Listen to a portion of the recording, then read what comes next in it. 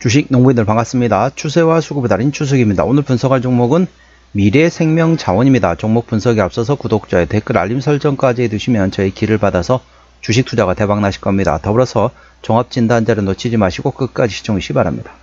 네, 미래생명자원, 식품 관련된, 쉽게 말하면 콩이라든지 그런 원자재, 식품 원자재 관련된 모멘텀, 그리고 비료 관련 모멘텀에 따라 한 번씩 움직이는 종목이라고 보시면 됐습니다. 과거에 보면은 수에즈 운하, 즉 홍해 쪽에 관련돼 가지고 현재 이스라엘과 중동 쪽에 관련된 모멘텀이 나올 때 한 번씩 움직이기도 하고요. 그 다음에 이제 흑해 항로, 그래서 러시아 우크라이나 관련된 흑해 항로 협상 이런 얘기 나올 때 한 번씩 움직이는 종목이 됐습니다. 그래서 전반적으로 이제 식품이라든지 아니면은 사료 관련된 모멘텀이 나올 때 한번 지정학적 리스크 한번 나올다. 그때 한 번씩 움직이는 종목이다 보시면 되겠습니다.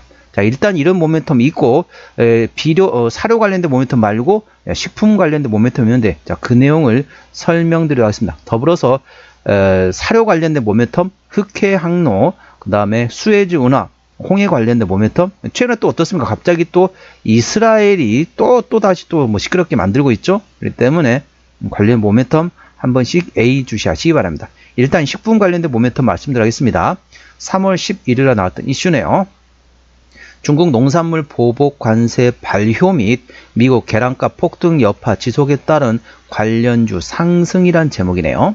트럼프 미국 대통령이 4월 2일부터 외국산 농산물에 대한 관세를 부과할 예정인 가운데 중국 정부는 전일에 앞서 4일 공고대로 미국산 닭고기와 밀, 옥수수, 면화를 포함한 총 29개 수입품에 대한 관세를 15% 인상하면서 보복 관세를 개시했다. 동시에 수수와 대두, 그리고 돼지고기, 소고기, 수산물, 과일, 채소, 유제품을 포함한 711개 미국산 수입품에 대해서 역시 10% 높인다고 발표했다. 최근 미국에서는 조류 인플루엔자 여파로 계란 공급이 줄면서 계란 가격이 가파르게 오르고 있는 가운데 유럽과 아시아 등의 계란 수입을 타진하고 있다. 전 세계 2위 계란 수출국인 폴란드를 비롯해서 프랑스와 인도네시아 등의 가금류 단체들은 미국 농무부와 현지 미국 대사관으로부터 수출용 계란에 대한 문의를 받았다고 전해졌다. 이 같은 소식에 동사와 함께 KC피드, 고려산업, 한일사료, 한탑, 체리브로, 하림, 마니커 등 일부 사료 음식료 업종 6개 테마 관련된 종목들이 상승했다. 자, 오늘 또 나왔던 이슈가 뭡니까? 자, 브라질에서, 자, 몇 년 전인가요? 자, 잘 기억을 못 하는데, 브라질 리우데자네이루 올림픽이 있었잖아요.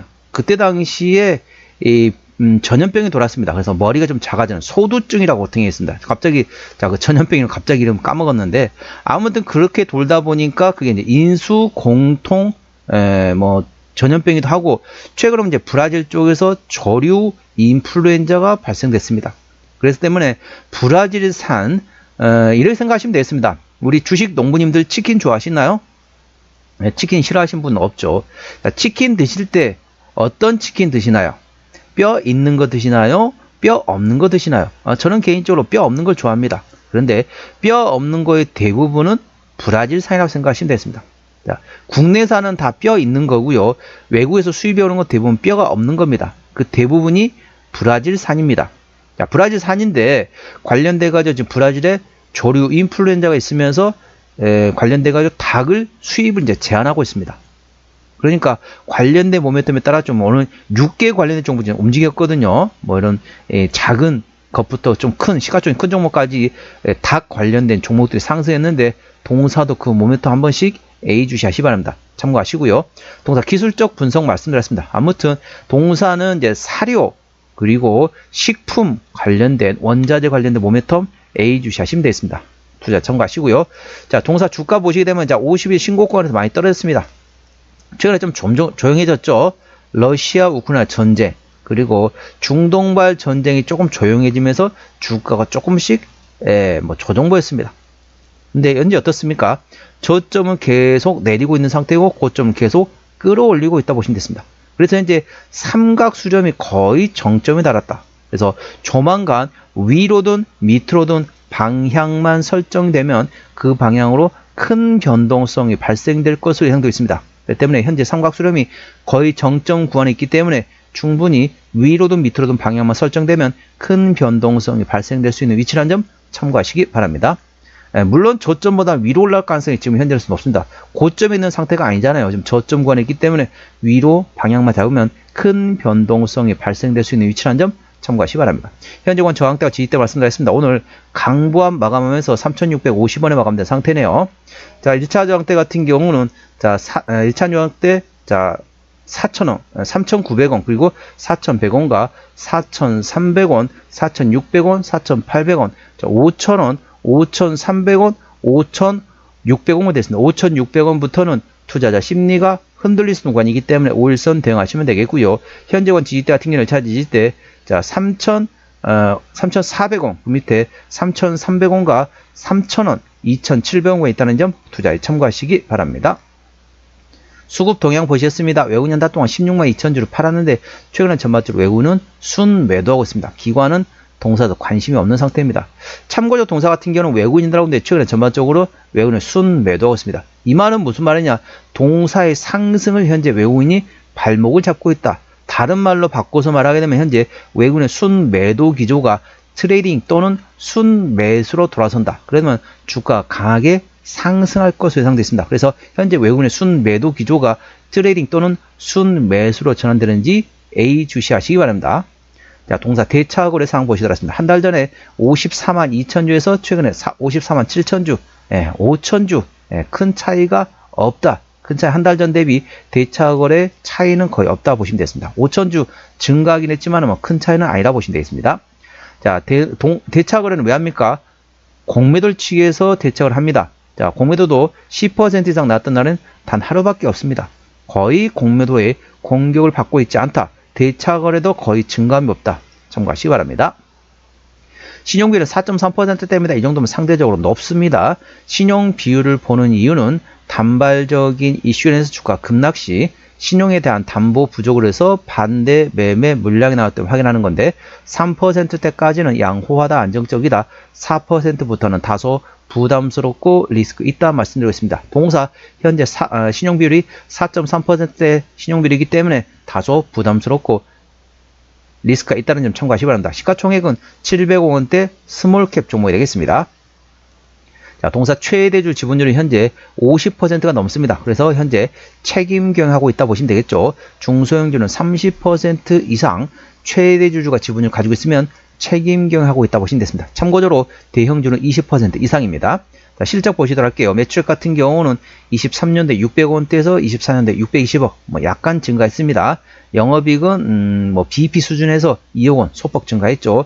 당기순이익은 4억 흑자에서 4억 적자. 크게 실적이 움직인 건 없습니다. 전반적으로 소폭 흑자 또는 소폭 적자의 영업이익 당기순이 나오고 있는 기업이라는 점 참고하시기 바랍니다.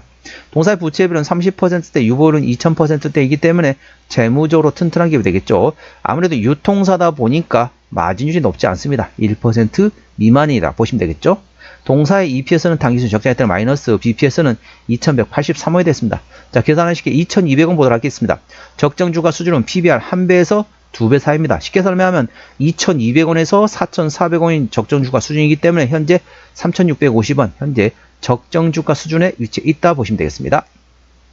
자, 종합진단 내용 말씀드렸습니다. 미래생명자원 오늘 종가 3650원에 마감된 상태입니다. 수급적으로는 외국인이 핸들하고 있는데 최근에 순매도하고 있습니다. 외국인이 순매도에서 트레이딩 또는 순매수로 전환되는지 A 주시하시면 되겠습니다. 외국인의 평균 매수단가, 평균 매도단가 모두 3,700원대가 되겠고요.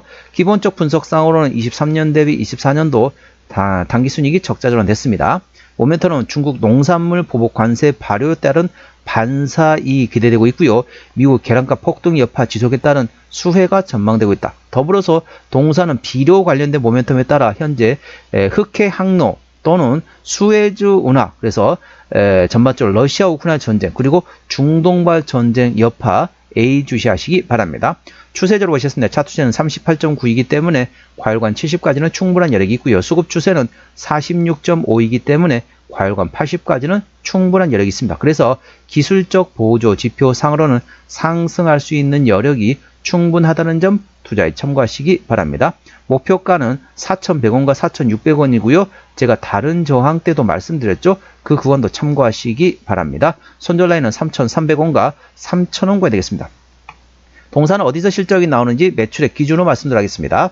동사는 어디서 실적이 나오냐? 자, 사료 부문에서 70%, 식품 부문에서 30%, 거의 7대3 정도로 사료가 70%, 식품이 30% 매출로 형성되고 있습니다. 그렇기 때문에 흑해 항로, 수혜주나 관련된 모멘텀 A 주시하시면 되겠습니다. 동사의 자본금 변동액 보시도록 하겠습니다. 동사 같은 경우는 마지막 12전에 2025, 3년도네요. 올해가 2025년도니까 매물은 다 소화되었다라고 보시면 되겠고요. 부채비율 30%대, 유보율은 2000%대이기 때문에 재무적 튼튼한 기업이라서 추가적인 유상 진작 가능성은 거의 없다. 그 점에 대해서는 안심하셔도 되겠습니다.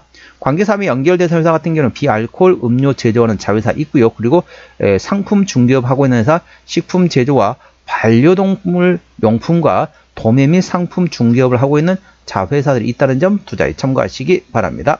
오늘은 미래생명자원 종목 진단했습니다. 구독, 좋아요, 댓글, 알림 설정까지 해두시면 저희 기운을 받아서 주식 투자가 대박 나실 겁니다. 더불어서 많은 관심과 격려 부탁드립니다. 이상 추세와 수급에 따른 추석이었습니다. 감사합니다.